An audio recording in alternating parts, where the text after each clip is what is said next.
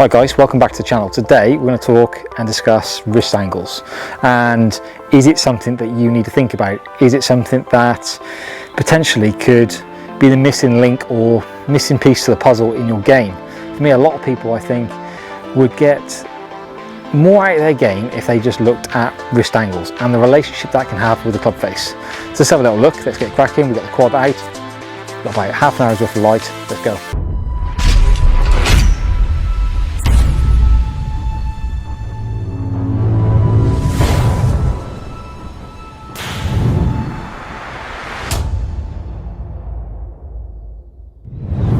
Right, so club's dotted and we got a, well, it's the cheap version of the swing aid. The reason I'm going to use this is so that you guys at home can see the sort of ideas that are going on in my wrist angles. Okay, so what I'm going to do is I'm going to pop this on the golf club.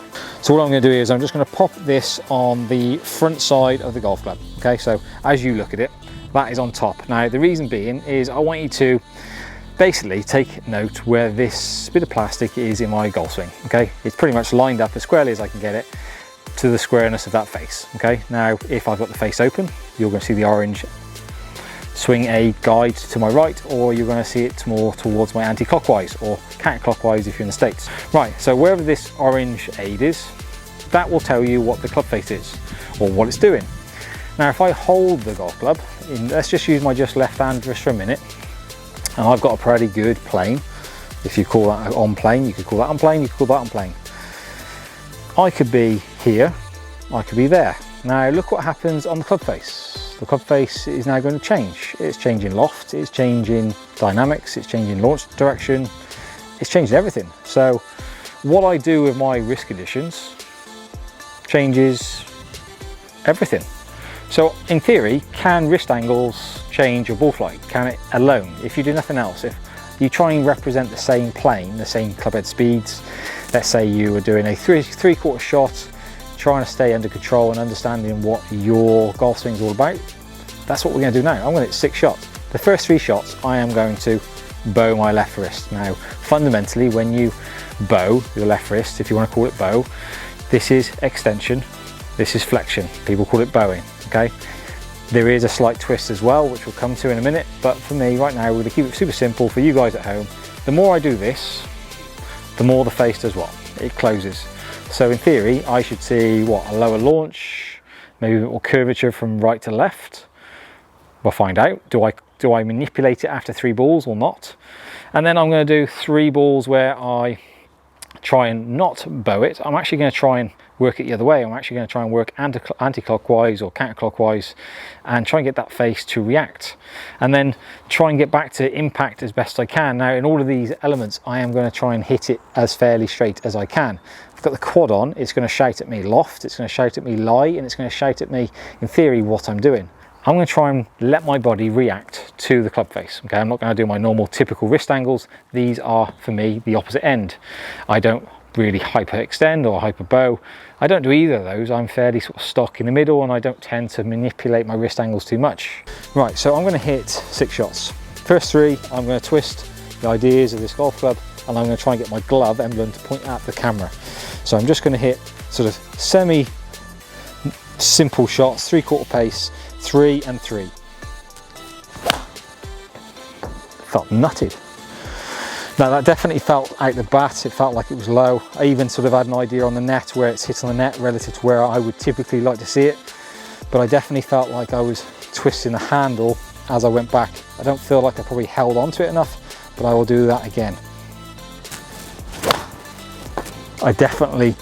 This is the thing with testing, I've definitely already started to manipulate that feel. I definitely felt like I compensated towards the end. I felt like the golf club was closing down. So instead of letting my hands work in, I felt like I rotated more and it quietened up the face. So you can take a bowed golf club that is fundamentally more closed on the backswing, bring it into impact. As long as you've got forward shaft lean, you can get rid of the closure on that face. So think someone like DJ, who would be a bit more here closed at the top of the backswing, he's able to hit a fade because he has enough forward shaft lean to compensate. If he was to remove forward shaft lean, that face would slowly close. Yeah. Right, now I'm going to hit 3 shots. I'm going to change the quad.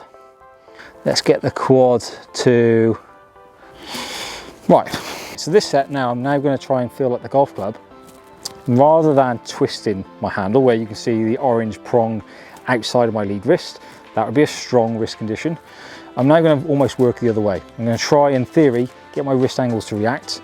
I feel like I am twisting the handle, and as I twist the handle, the face fundamentally will open a touch, and then I'm going to try and hit functional target again. I'm just going to try and hit 3 shots, and we're going to see what happens. Oh, there's a little bit of a pocket on my mat there. Right, so try and keep the plane. Okay, I'm going to try and keep the plane for as much as I can, and I'm going to slowly but surely try and keep that face working differently. Wow, that was dog. 39.7 degrees, lie 1.3 degrees. Wow, so that is a lot of loft. I just presented 30 degrees of loft on an 8 iron. Right, let's do that again. So I'm just going to go really try and cup the, well, twist the handle as much as I can. 33 degrees of loft. That is mad. Definitely feels fairly struck though. I feel fairly comfortable. Feels like my path is it's definitely moving out to in on those few of another go.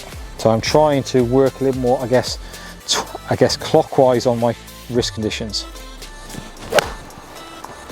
Wow, that was bad. 2.6 degrees, lie 0.3 degrees. Right, so that was a bit of fun. I've definitely hit some bad shots there.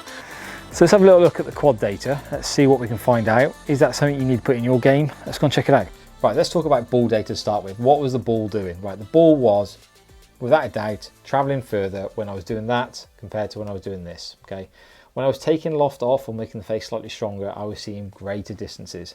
I didn't realize quite as much, but I was seeing huge changes. So we saw an average of 134 for 3 shots with a weak face and an average of 158 with a strong face. Now, if you're looking for distance, no brainer, got to have that conversation, got to do it. That's 25 to 30 yards subject to strike top to bottom there. That is a massive change. Now, didn't hit it that much more offline. You can see I was 11.2 yards to the right with a weak face, and definitely a little bit more left with a strong face. So that's definitely working in line with each other there. Now, you could argue that I've swung the one on the bottom quicker, because I've definitely got more ball speed in the locker. So 117 to 97, I am definitely seeing more ball speed. Now, I'm seeing more ball speed because I'm getting more efficiency off the face. I'm getting a better relationship with loft, spin, strike. Everything's getting better the moment I start and work this. So looking at the ideas of club data, I mean, this is where we see it. I've only actually swung a little bit quicker with a bowed wrist. I've gone from 85.7 to 88, and that's not a dramatic pickup. I shouldn't see 25 yards of extra carry there. I should probably only see 6 or 7 or 8 yards of carry there. So everything's getting better, not just the idea of controlling club loft, which is a massive change in itself. We've gone from nearly 30 degrees of club loft to 18.5. So if you're a bit puffy high up in the air and you're struggling to control loft, I mean, this is a conversation you've just got to have. And then obviously the big one, the really big one. Did I manipulate club path and face to path in order to find strike? Well, when I had a weak wrist condition, when I started to put a cup in the back of my lead wrist and manipulate loft, my club path, without even trying, moved to 3.9 degrees left with a face that was 4.5 open, so a big fadey type move. And then when I put this in, massive change, moved to 4.2 into out, and the face closing down in 3.5. Everything has changed. Obviously there are 1,000 things that could cause that, and you could manipulate it, and you could definitely change your ideas around that. You can make any of these work, but that's what happened to me. The moment I went to weak to bowed, I am seeing 25 to 30 yards extra distance, and I'm seeing not really any more offline. So this is a conversation I've got to have. I've got to do this for myself. Hopefully that helps, and it's definitely something you should test. But if you like that video, let me know. Comment, like, share. Hopefully you're well, and speak to you soon. Cheers guys.